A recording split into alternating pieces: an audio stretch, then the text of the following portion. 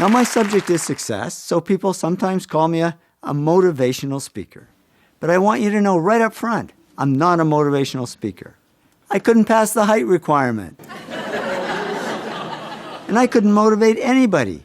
My employees actually call me a demotivational speaker. What I try to be is an informational speaker. I went out and found out some information about success, and I'm just here to pass it on. And my story started over 10 years ago on a plane. I was on my way to the TED conference in California, and in the seat next to me was a teenage girl, and she came from a really poor family, but she wanted to get somewhere in life. And as I tapped away on my computer, she kept asking me questions. Then out of the blue, she asked, "Are you successful?" I said, "No, I'm not successful. Terry Fox, my hero. Now there's a big success. He lost a leg to cancer, then ran thousands of miles and raised millions for cancer research." Or Bill Gates. Guy who owns his own plane, doesn't have to sit next to some kid asking him questions. But then I told her about some of the stuff I'd done. I love communications, and I've won lots of awards in marketing. I love running, and I still sometimes win my age group, old farts over 60. My fastest marathon is 2 hours and 43 minutes to run the 26 miles or 42 kilometers. I've run over 50 marathons on all 7 continents. This was a run my wife and I did up the Inca Trail to Machu Picchu in Peru.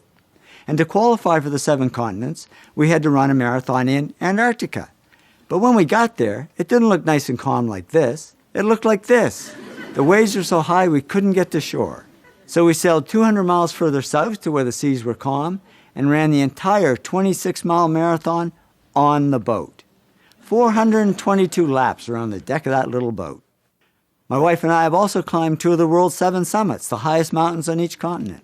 We climbed Aconcagua, the highest mountain on the American continent, and Kilimanjaro, the highest mountain in Africa. Well, to be honest, I puked my way to the top of Kilimanjaro.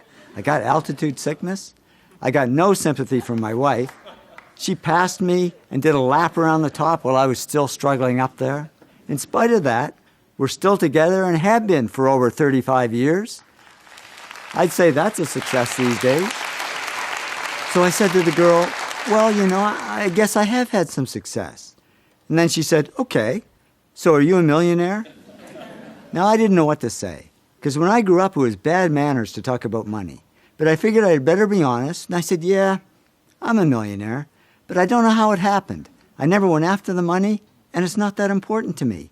She said, "Maybe not to you, but it is to me.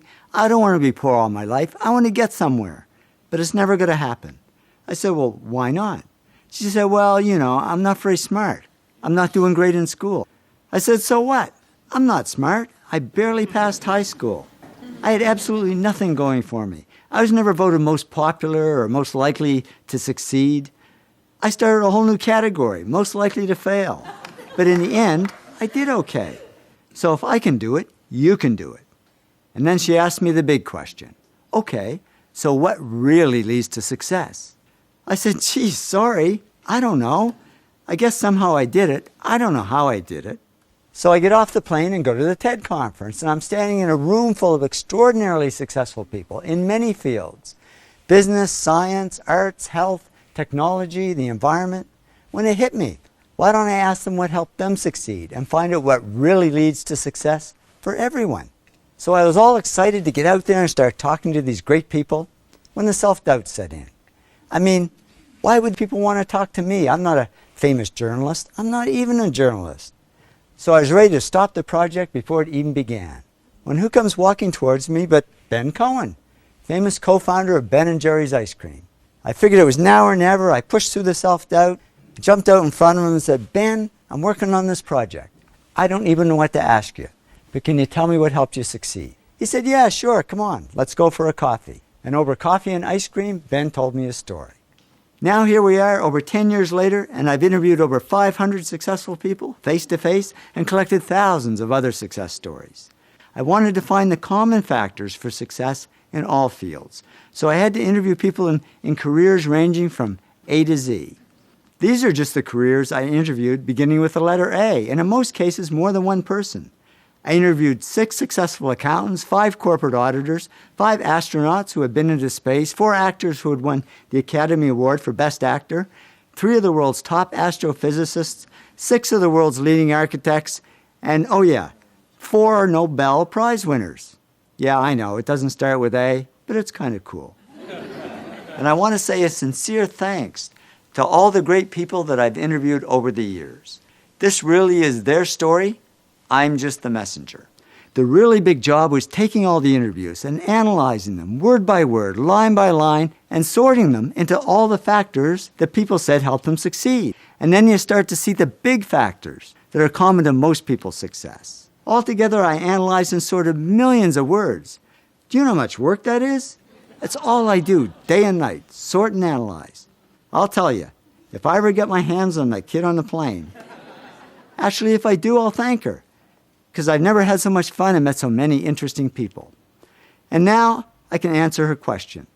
I discovered the 8 traits successful people have in common, or the 8 to be great. Love what you do. Work really hard. Focus on one thing, not everything. Keep pushing yourself. Come up with good ideas. Keep improving yourself in what you do. Serve others something of value, because success isn't just about me, me, me. And persist, because there's no overnight success. Why did I pick these? Because when I added up all the comments in my interviews, more people said those 8 things helped them than anything else. The 8 traits are really the heart of success, the foundation. And then on top, we build the specific skills that we need for our particular field or career. Technical skills, analytical skills, people skills, creative skills, lots of other skills we can add on top depending on our field. But no matter what field we're in, these 8 traits will be at the heart of our success.